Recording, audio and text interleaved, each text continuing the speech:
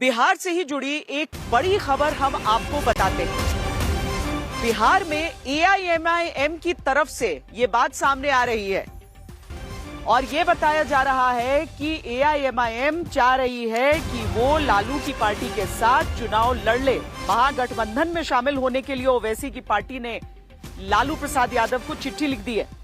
कहा है साथ लड़ेंगे तो बनेगी महागठबंधन की सरकार। अब हमारे साथ इस समय सीधे पटना से जुड़ रहे हैं रोहित सिंह। रोहित, लंबे समय तक और आरजेडी ने भी एआईएमआईएम को कहा कि बीजेपी की बी टीम है, लेकिन अब बीजेपी की वो बी टीम स्पष्ट तौर पर हम समझें कि आरजेडी की ए टीम बनना चाहती है, उसके साथ महागठबंधन में आना चाहती है। और ये कितना बड़ा ये गठबंधन हो सकता है, कितना कारगर हो सकता है? देखिए श्वेता, अगर ओवैसी की पार्टी महागठबंधन में आ जाती है तो जाहिर सी बात है मुस्लिम मतदाताओं का जो वोट है उसका बिखराव जो है वो थमेगा, वो रुक सकता है, एकजुट हो सकता है।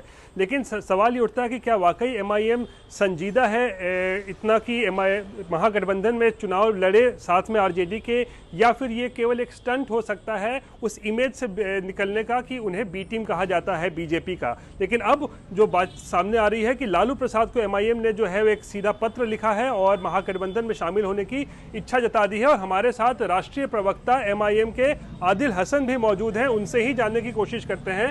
काफी समय से आदिल ये बात हो रही थी कि आप लोग शामिल होना चाहते हैं महागठबंधन में, लेकिन कोई डायरेक्ट कम्युनिकेशन नहीं हो रहा था। तो आज ये पत्र लिखकर आप लोग क्या करना चाह रहे हैं? जैसे कि उधर से सूचना आई थी कि हम संपर्क में डायरेक्ट किया जाए, तो बाजाबते उनके कल राष्ट्रीय कार्यकारिणी की राजद की बैठक भी है।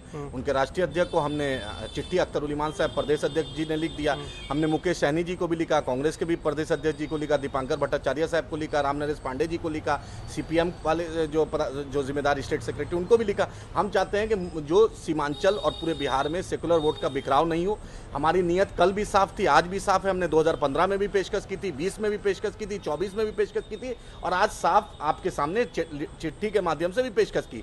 बैरिस्टर असदुद्दीन ओवैसी साहब ने हमारी बात को इंडोर्स किया, अख्तर उल ईमान साहब ने मीडिया को भी बोला है। और हम चाहते हैं, क्योंकि अगर तेजस्वी जी को मुख्यमंत्री बनना है, महागठबंधन को सरकार बनाना है, तो बीजेपी को हराना हमारा लक्ष्य है, आपका भी वही लक्ष्य है। तो सबको मिलकर आप जब पशुपति पारस जी से आप बात कर सकते हैं, आप आईपी गुप्ता साहब पान पार्टी के नेत्री उनसे बात कर सकते हैं, जो भाजपा से पारस जी हैं उनसे आप बात कर रहे हैं। और हमसे क्या दिक्कत है? हम वैसे के बारे में तो एक धारणा बनी है ना कि आप लोग तो वोट काटते हैं, इसलिए बी टीम है बीजेपी की, इसलिए उनको